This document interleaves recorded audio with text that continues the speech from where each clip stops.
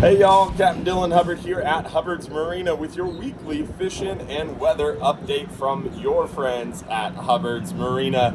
We're the original and longest running and #1 fishing charter in the country, and we want to take a few minutes to tell you a little bit about what's going on now, what's coming up, and a little bit about the weather for your weekend forecast and fishing update needs. And we're excited right now.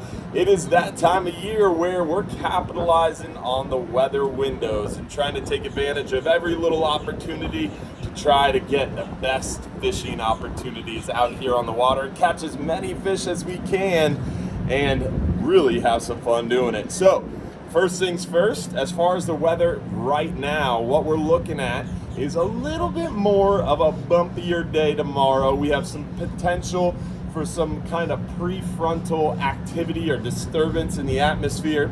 We have a really kind of weak cold front that's not going to make it quite down here with much force. That's going to be making its way here kind of Sunday into Monday. And as it meanders down on our state, it's going to create that more westerly flow and a little bit more of a moderate wind and sea there tomorrow, Saturday. Then Sunday and into Monday, that front will kind of cruise by us, but it's going to be kind of weak, almost unnoticeable, and not really create much wind or cooler weather. But what it will do is it's going to be moving that barometer. Also, we've got a high pressure coming in as well, and that high pressure is going to be creating a little bit more of an easterly flow and a little bit more of an increased wind as we move into kind of the midweek time frame around Tuesday and especially into Wednesday, Thursday. So that is a super strong high pressure behind this weaker low pressure. Again, going to be moving that barometer around. We're on that quarter moon phase right now, so we're kind of backing off and working our way to a full moon. So we should see more moving water as we work through the work week. So the backside of that high pressure, once the wind calms down and relents kind of on our approach to the next big cold front and moving as we approach to that full moon, should definitely be awesome fishing. So looking forward to that backside of the coming work week, probably as that high pressure relents. But best fishing opportunities here in the short term looks to be, I would guess, probably Sunday, Monday-ish, probably more Monday than Sunday, because you're going to have that little weak cold front that might confuse the fish a little bit.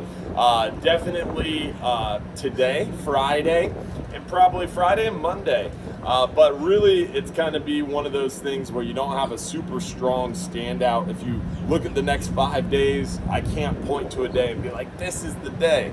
I would say Saturday is going to be a little bit tougher, and I would say Tuesday and Wednesday and Thursday is going to be a little bit tougher with that high pressure, that stronger east wind.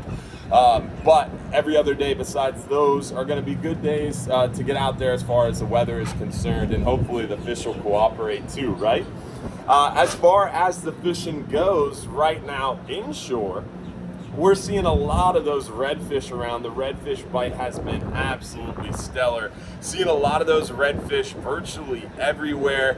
Really good opportunities right now to find those redfish in pretty big concentrations. I was asked at a recent seminar how to find those schools of redfish, and it was a pretty interesting question that we ended up following up with Captain Mike and asking him about that during one of our live shows, and he made some great points too. So when you're trying to find those schools of redfish, mid to low tide is going to be your friend.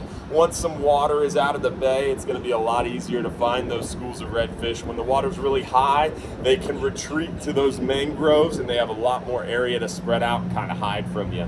Plus, redfish are more benthic. They're going to be tied more to the bottom and kind of scrounging around along the bottom. So when the water is lower, it's easier to spot them. When the water's high, if they're hanging out towards the bottom, it makes it real difficult to find them. So mid to low water is a friend, and then also looking for those big, what Captain Mike calls meat chicken mullet, the big black mullet, not the little finger mullet, not the silver mullet, those smaller mullet and redfish aren't friends, as he said.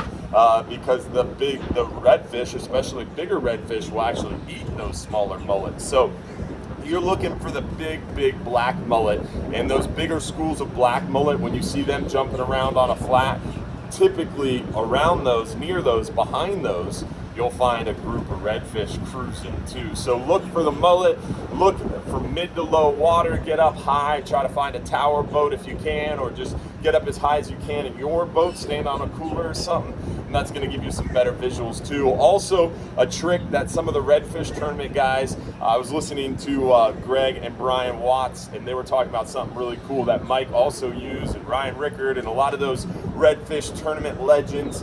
They will bomb flats with a heavier lure, like a top water lure, something with some good casting weight, and they'll just work an area or a flat early morning, low light conditions, and just work and work and work until they see one of those big boils. And when a fish explodes on the lure, they know that area is going to be fishy, right? So it kind of helps you prospect the flats, especially if you're new to an area or haven't fished an area. Using a heavier lure that you can cast a really long ways and just bomb the shorelines and try to find those areas where fish are stacked up feeding a little bit better is a great idea. Also, trout action has been going pretty well for us. Water's cooling down, those trout get a little bit more aggressive and they get a little bit shallower on the flats. We're still seeing some pompano around. The flounder bite has really picked up. We're starting to see a lot of flounder around John's Pass, around the docks, bridges, piers, jetties, rock piles. Flounder hang off of those structures in that sandier bottom, waiting to ambush passing baits that travel too close to the bottom. We're also seeing a lot of sheep's head pick up. The dock is starting to be choked with those sheep's head. They're really prolific this time of year, especially around these fronts. When it's too rough to get offshore, we have to cancel trips because of weather. Typically the sheep's head bite is fired up, so that's a good option for you when that water gets murky and not much else is biting. Sheep's head are typically biting really well. Light tackle, small little piece of shrimp, drifted almost free-lined along a piling of a dock or a pier or a bridge or a jetty. It's going to be a real good option for those sheep's head. We also see some of them on live shrimp on the bottom with just like a jig head. Local residential canal docks are a good place to look for them as well. Even seawalls will hold some active sheep's head action as well. So sheep's head bite is going well around the area. Then besides that, we are seeing some snook around, but the snook action is definitely more in the back bay and upper bay areas. A lot of those snook have receded out of the pass, off the beaches, and are tucking back to their wintertime haunts. Areas like the entrance to Long Bayou here in Johns Pass, areas like the mouth of a creek or a river is going to start holding a lot more snook. We see a lot of those snook retreating to those residential canal dock lines. Areas where you find that dark black bay mud is going to be a good area to find those snook, especially kind of like mid-morning, mid-afternoon. Those areas will radiate heat. So these cooler days like this morning, it's probably in the upper 60s, low 70s. So by mid-morning, you're gonna find a lot of those snook trying to bake on those darker bay mud areas, kind of those muddy flats adjacent to grass flats or adjacent to mangrove shorelines or oyster bars. You'll be able to find some really good areas as well. So hopefully you'll get out there and capitalize on that. There are some late season tarpon around in the back bay areas. There's still some sharks around too.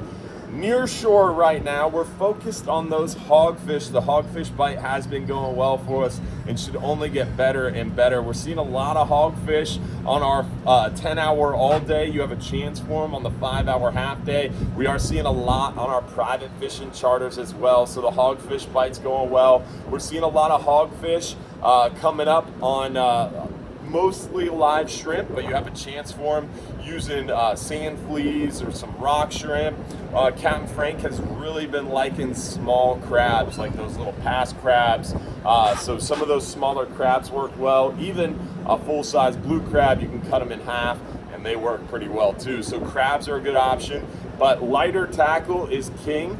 typically around 30-pound fluorocarbon. You could go as heavy as 40, you could go as light as 20, but 30 is a good happy medium.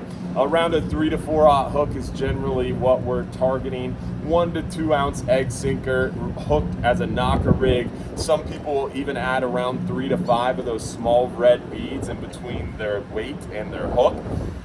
We're also seeing people use those banana jigs. We have the Rogge's Rigs banana jigs in our office, and those work really well for those hogfish too.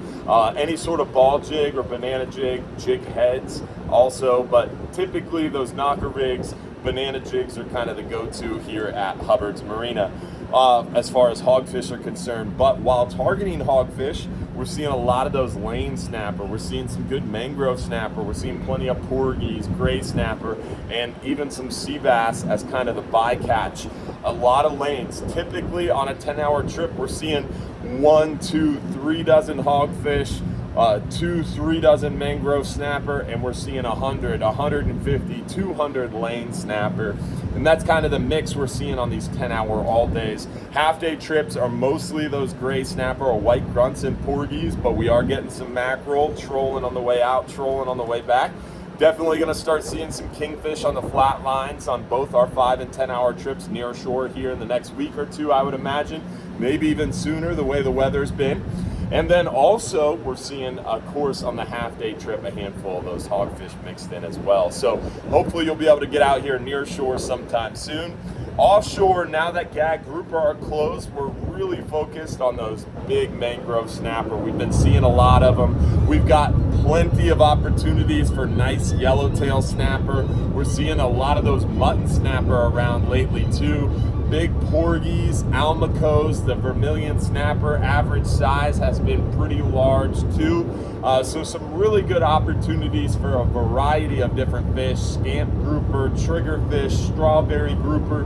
There's a lot of fish to go out there and catch, and it's lighter loads right now as well. So not so many people around. This 39-hour trip that leaves today only has about 20 people on it. So if you want to get out there and have an opportunity for plenty of room, plenty of one-on-one time with our captains and crew, lots of opportunities to learn from guys like Captain Garrett, Captain Joe, Captain James, Captain Will, our great team of crew, this is it. This is your opportunity to get plenty of one-on-one time, plenty of help, and plenty of elbow room. So if you wanted a flat line, if you wanted a slow pitch jig, if you wanted to try to learn how to slow pitch jig, if you wanted to try to learn how to flatline or troll or do some of these unique techniques, this is it.